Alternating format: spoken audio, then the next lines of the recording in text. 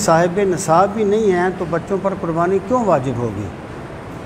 جو بندہ یعنی اگر بالفرض ایک بندے کے 3 بیٹے ہیں، ان کے اپنے اپنے کاروبار ہیں، ان کے اپنے اپنے اکاؤنٹ ہیں، ٹھیک ہے، وہ سارے الگ سے صاحب نصاب ہیں تو سب پر ہوگی۔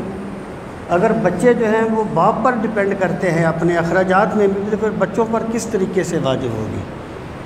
تو بڑی سمپل سی بات ہے کہ قربانی اس پہ واجب ہوگی جو صاحب نصاب ہے۔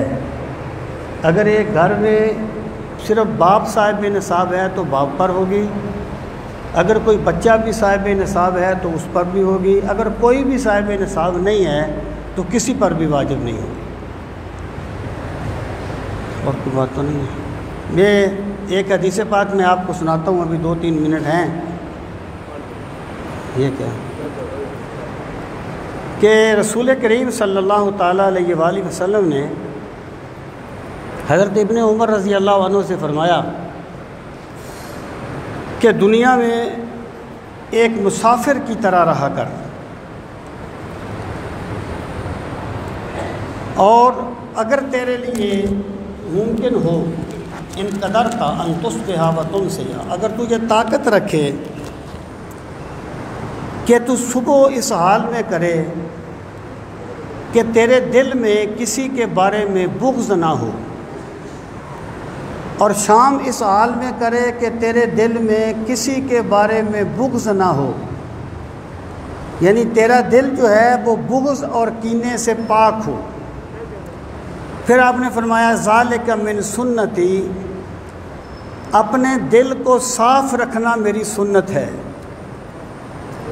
من احب سنتی فقد احبنی ومن احبنی فکان معی فی الجنہ، اور جس بندے نے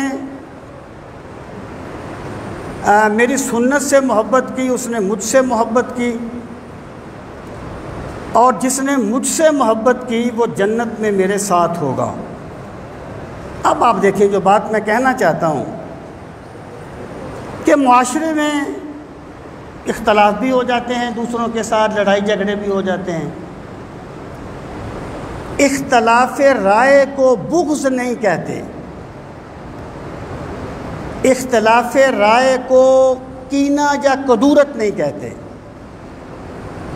کینہ یا کدورت یہ ہے کہ بندہ کڑتا رہے اس کا تصور کر کے، اور بندہ یہ کوشش کرے کہ میں اسے ذلیل کروں، میں اسے رسوا کروں، اس کی مذمت کی گئی ہے۔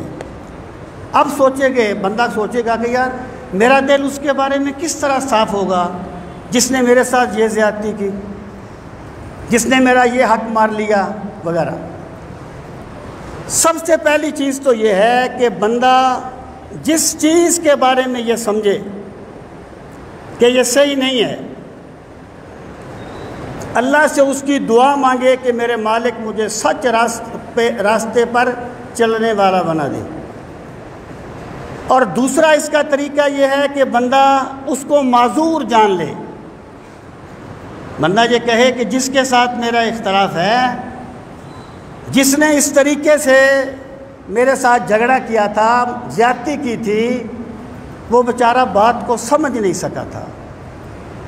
اگر وہ بات کو سمجھ لیتا تو اس طریقے سے نہ کرتا۔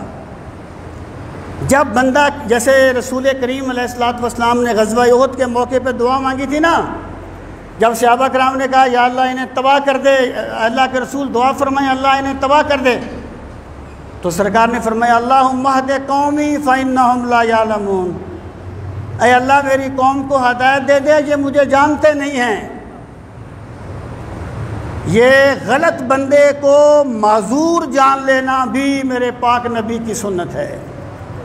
پھر آپ یاد رکھیں، جو بندہ انتقامی نفسیات میں جیتا ہے، کڑتا رہتا ہے، کسی کو نقصان پہنچانے کا ارادہ کرتا رہتا ہے، وہ ایک ایسی ٹینشن میں مبتلا ہو جاتا ہے جس کا کوئی علاج نہیں ہوتا۔ اور جب بندے نے اپنا دل صاف کر لیا تو اخروی اجر سے پہلے اسے دنیا میں اجر یہ ملے گا، اللہ اسے اطمینان قلب نصیب فرما دے گا۔